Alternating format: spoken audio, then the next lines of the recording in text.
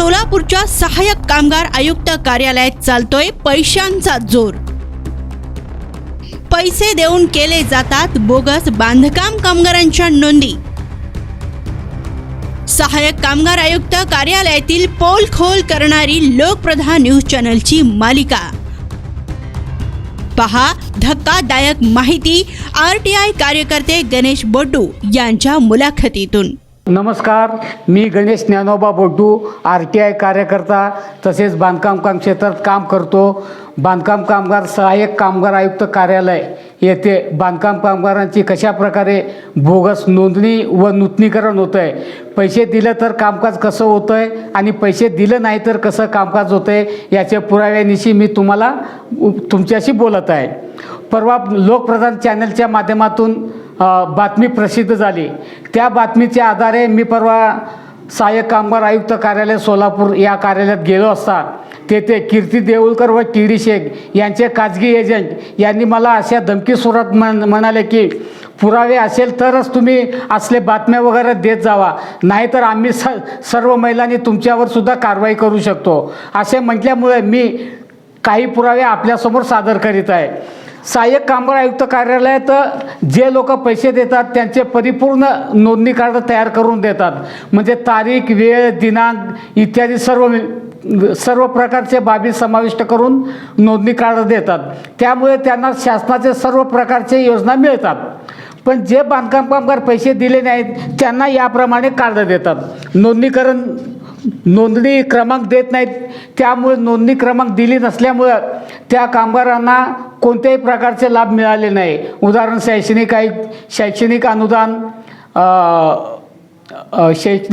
आणि असे विविध प्रकारचे अनुदान आहेत। प्रसूती अनुदान, मयत अनुदान, मध्यान्ह भोजन अनुदान इत्यादीचा लाभ मिळालेले नाही। आणि हे असं नोंदणी क्रमांक आणि तारीख पण देत नाहीत, हे पुरावे। अशा प्रकारे तर बेकायदेशीर बांधकाम कामगारांचं कामकाज चालतं आहे। त्याबद्दल आवाज उठविला तर ना तेथील अधिकारी खाजगी दलाल व एजंटामार्फत माझ्यावर दहशतीचं दबाव टाकण्यासाठी त्या लोकांची नियुक्ती केलेली आहे। म्हणून कीर्ती देऊळकर, TD शेख, रंजना बांबळे व इतर जे अधिकारी आहेत ना यांच्यापासून माझ्या जीवाला धोका निर्माण झालेला आहे। अशा प्रकारे कामकाज चालू आहे। नोंदणी क्रमांक का गरजेचं असतं? नोंदणी क्रमांक असेल तरच त्या बांधकाम कामगारांना त्यांचे योजनाचे लाभ मिळतात। शैक्षणिक सुविधा, प्रसूती अनुदान, मध्यान्ह भोजन, शिष्यवृत्ती असे सर्व अनुदान त्यांना लागू मिळतात। पैसे दिले नाहीमुळे त्यांना नोंदणी क्रमांक व नूतनी क्रमांक दिली नसल्यामुळं त्या लोकांचे खूप मोठ्या प्रमाणात आर्थिक नुकसान झालेलं आहे आणि त्या बांधकाम कामगारांची मानसिक व शारीरिक छळ केलेली आहे। त्यामुळे त्या सदर बांधकाम कामगारावर, त्या सदर कर्मचारीवर सहाय्यक कामगार आयुक्त यांनी हिंमत असेल तर त्यांच्यावर त्यांनी गुन्हा दाखल करून दाखवावं किंवा त्याच्यावर शिस्तभंगाची कारवाई करावी, नाहीतर सहाय्यक कामगार आयुक्तसुद्धा त्या योजनेतील खाजगी दलालामार्फत जे पैसे मिळतात त्याच्यातही त्याचा वाटा आहे असे समजण्यात येईल। सोलापुरात किती कामगारांच्या नोंदी बोगस आहेत? आता सोलापुरात एकूण 1,70,000 नोंदी आहेत, त्याच्यातले 50% बोगस आहेत असा माझा दावा आहे। हिंमत असेल तर ना सहाय्यक कामगार आयुक्तांनी मी अनेक वेळा पत्र दिलेलं आहे की यांची पाहणी पडताळणी करण्यासाठी समिती नियुक्ती करा किंवा आदेश द्या, पण ते देत नाही। ते चौकशी केली तर ना त्यांना मिळणारा वाटा मिळत नाही। पडताळणी होत नाही का? नाही, पाहणी पडताळणी करतच नाहीत।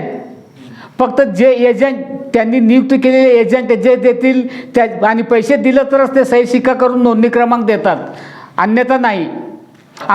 आता सध्या ऑनलाईन चालू आहे, त्यात थोडा फरक पडलेला आहे। आजच्या भागात आज एवढेच पुरावे सादर केलेले आहे। पुढील पुरावे पुढील भागात मी प्रत्यक्ष दाखवणार। नमस्कार।